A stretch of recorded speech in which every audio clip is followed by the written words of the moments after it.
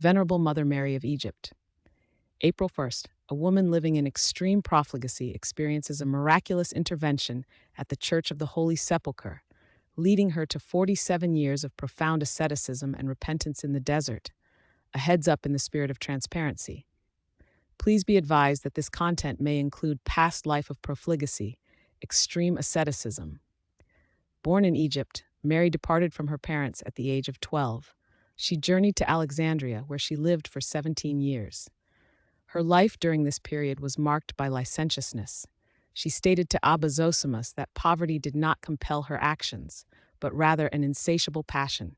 She sought to involve others in a life of sin, describing her existence as a public display of debauchery. One day, Mary observed a group of men preparing to board a ship. She learned they were pilgrims sailing to Jerusalem for the feast of the exaltation of the precious and life-giving cross. Her motivation to join them was not piety, but the desire for more partners in her sin. She offered her body for passage and continued her dissolute lifestyle on the ship and upon arrival in Jerusalem. On the day of the feast, Mary attempted to enter the church of the Holy Sepulchre with the other pilgrims. However, an invisible force repeatedly pushed her back from the doorway. She was unable to enter, while all others passed freely. After several attempts, she retreated to a corner of the churchyard. There, she realized that her own impurity prevented her from venerating the Holy Cross. In that moment, she saw an icon of the Most Holy Theotokos. With tears, Mary prayed, begging the Mother of God to intercede for her. She promised that if she were allowed to see the cross, she would renounce the world and her sinful life. Following this heartfelt prayer, she again approached the church entrance. This time, she entered without hindrance.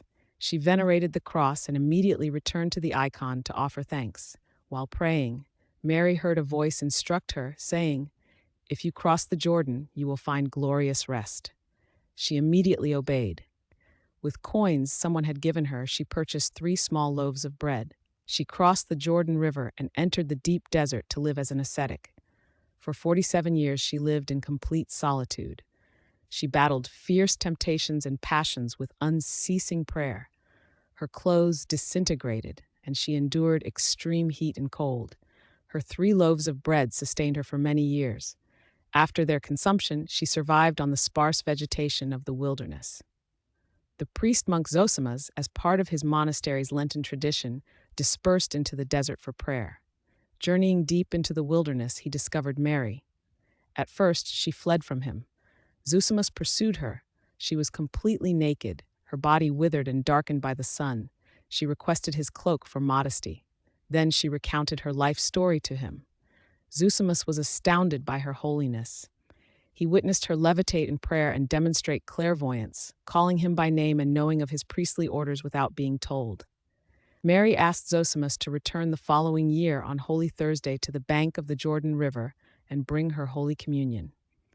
When he arrived as promised, he saw her on the opposite bank.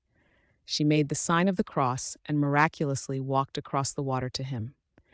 After partaking of the holy mysteries, she asked him to meet her again at the same spot where they first met in 1 year's time. When Zosimus returned the next year, he found her body lying on the ground. A message was written in the sand.